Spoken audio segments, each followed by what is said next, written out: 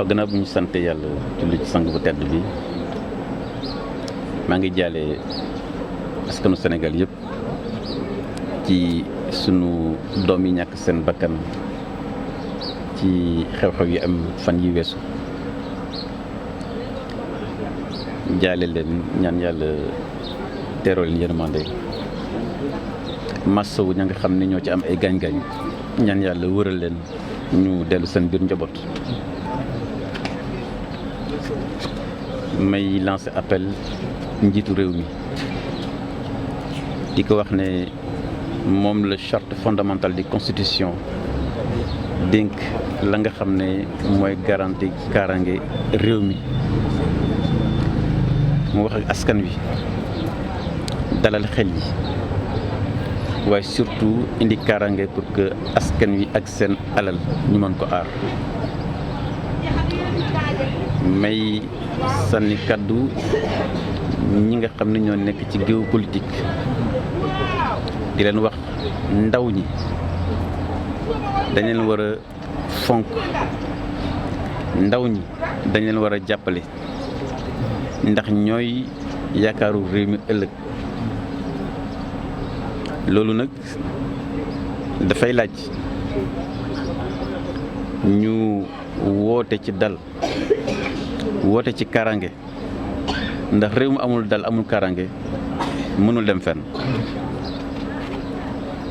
may fàttali sama bopp di ko fàttali ndaw ñi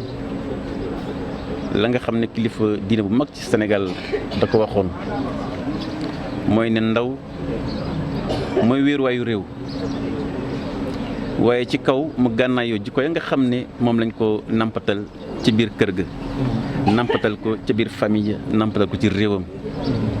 mu gànnaayoo xam-xam ak compétence, waaye aussi mu gànnaayoo ambition, maanaam bëgg réewam jëm fu sore. yaakaar naa bu ñu dajalee loolu yëpp Sénégal dafa mës a nekk réewu waxtaan, réewu dal, réewu concertation. Sénégal dafa mës a nekk royukaay ci wàllu diplomatie, ci wàllu concertation. kon li nga xam ne dund nañ ko ci fan yi weesu war nañ kaa mën a dépasser ci kaw ku nekk fàtte sa bopp, fàtte sa boor, jiital Sénégal. loolu nag ci tànk yu ñun la ñu nekk ak ñama àndal pour que le jeune sénégalais xarañte sénégalais bi mu am ci fànn yëpp mu mën a nekk njëriñu nation sénégalaise. loolooy sunu kàddu di ñaan yàlla dal ci réew mi pour que sunu réew mën a gagner combat yi nga xam ne mooy combat pour le développement. lii ñuy dox tey nag fii ci Thiès dafa nekk lu ñu tàmbali ci ay fan waxtaan ak askan wi ndax xam ngeen ne fësal nañu fan yële passé sunu yéene laaj réew mi. kon baax na ak waa Sénégal ñu wax leen sunu gis-gis te bi ci jiitu mooy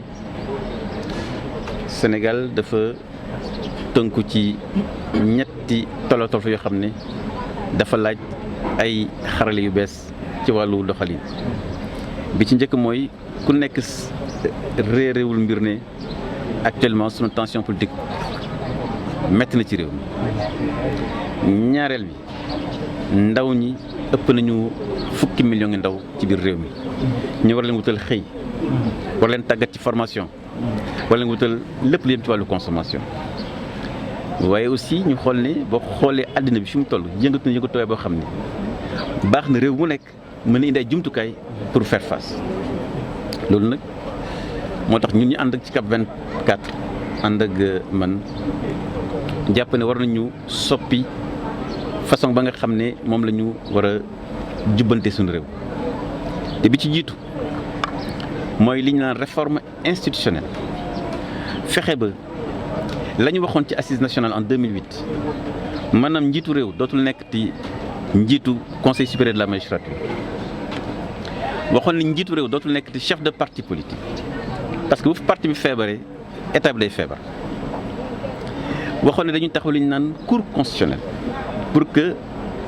àttekat yi ñooy tànn seen njiit pour gën a am indépendance de la justice. waxoon ni suñu mbokk yi nekk bitim réew dañuy tabax li ñu naan conseil supérieur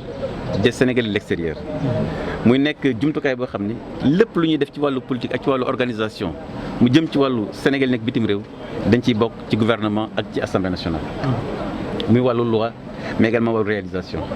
yooyu yëpp nekk na xeetu réforme yoo xam ne dinañu dimbali pour que nit ñuy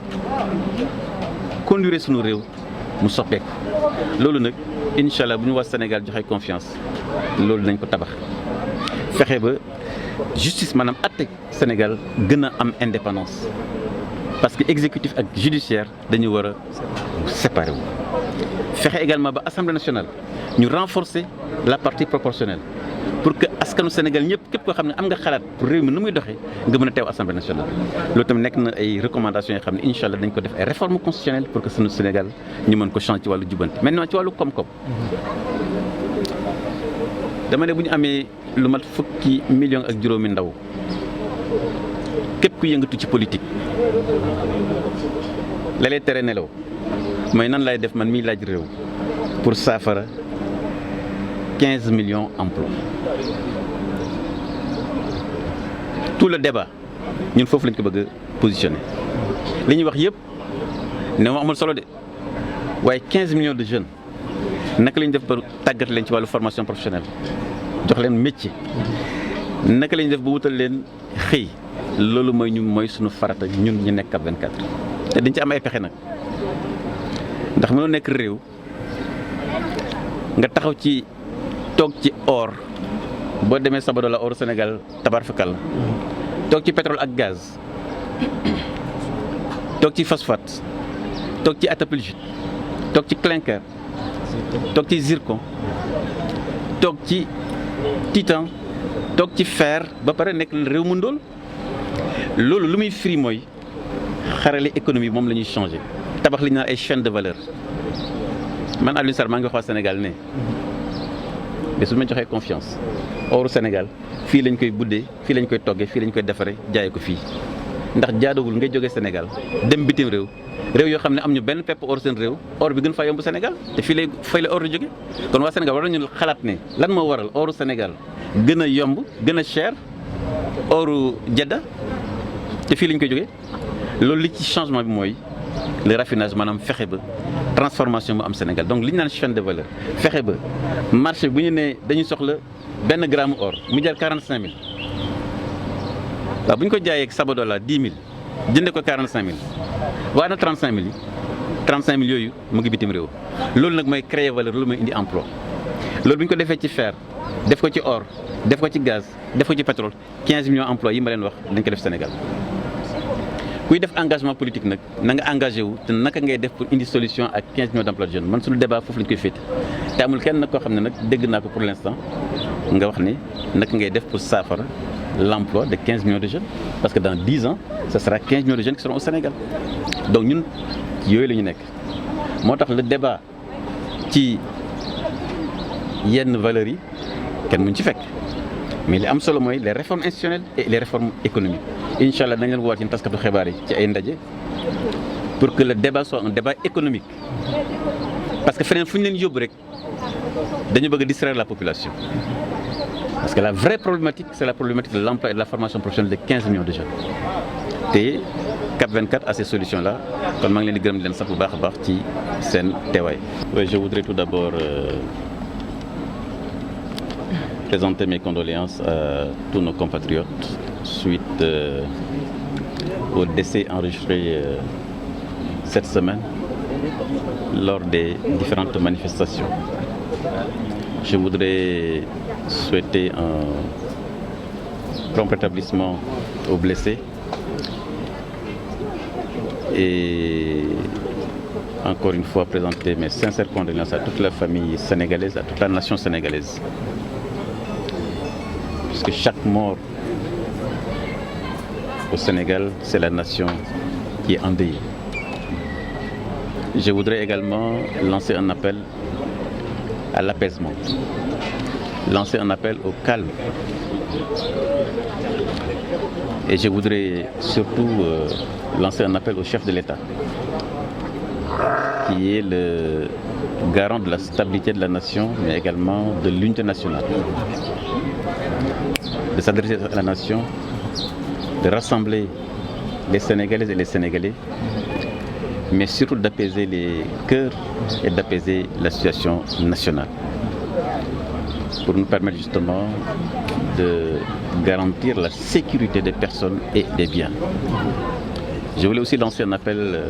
à toute la classe politique, mais également civile,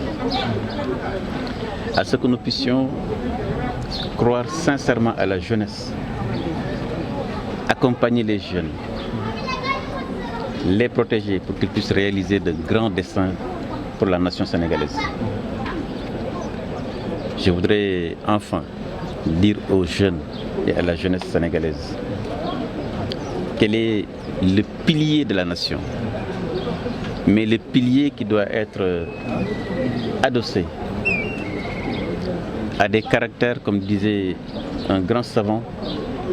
à des caractères nobles, inspirés des valeurs africaines et sénégalaises, de nos anciens et de nos familles, mais aussi outillés par la compétence, ces jeunes, et qui disposent d'une ambition très élevée pour le pays. Ce sont ces jeunes-là qui sont le pilier de la nation. Donc je voulais donc le rappeler de ça, et encore une fois, lancer un appel au calme, inviter toute la classe politique à l'apaisement, pour que notre pays, le Sénégal, puisse justement sortir vainqueur de ces compétitions sous-régionales et internationales, face auxquelles, naturellement, nous sommes tous confrontés. Ces visites sont naturellement des visites de proximité à nos concitoyens, commerçants, artisans, retraités, enseignants, la nation sénégalaise dans sa diversité. Puisque notre candidature annoncée pour l'élection présidentielle 2014 a été rendue officielle depuis le 13 mai, naturellement depuis plusieurs semaines, à travers le pays, nous faisons le tour pour partager justement avec nos compatriotes ces réflexions que nous avons sur le pays, qui est face à un triple défi. Le défi d'une tension politique nationale à apaiser, le défi d'une géopolitique mondiale tendue avec la guerre en Ukraine, avec ses conséquences hors de l'Europe, mais même sur le plan mondial. Également le défi d'une jeunesse, 75% de la population. Ces trois défis font que nous sommes obligés aujourd'hui d'inventer de nouveaux instruments pour justement faire face et surtout pouvoir conquérir ces espaces économiques dont ont besoin nos entreprises. Puisque c'est l'entreprise qui est le lieu par essence de création de la richesse et de création de l'emploi. Et c'est à travers la création d'un écosystème puissant d'entreprises que nous pourrons absorber la problématique de l'emploi de la jeunesse. Je dis bien 15 millions de jeunes, de trouver du travail, ce n'est pas une mince affaire. Mais c'est à travers la valorisation de notre capital minier, notre capital halieutique, notre capital agricole, à travers la création de chaînes de valeur intégrées, où nous arriverons justement à ce que les 15 millions de jeunes que nous aurons dans 10 ans puissent tous trouver et une compétence, mais également trouver du travail. C'est pourquoi il est important de partager cette vision avec nos concitoyens qui, en dernier ressort, sont les dépositaires du peuple et de la volonté du peuple sénégalais. Merci.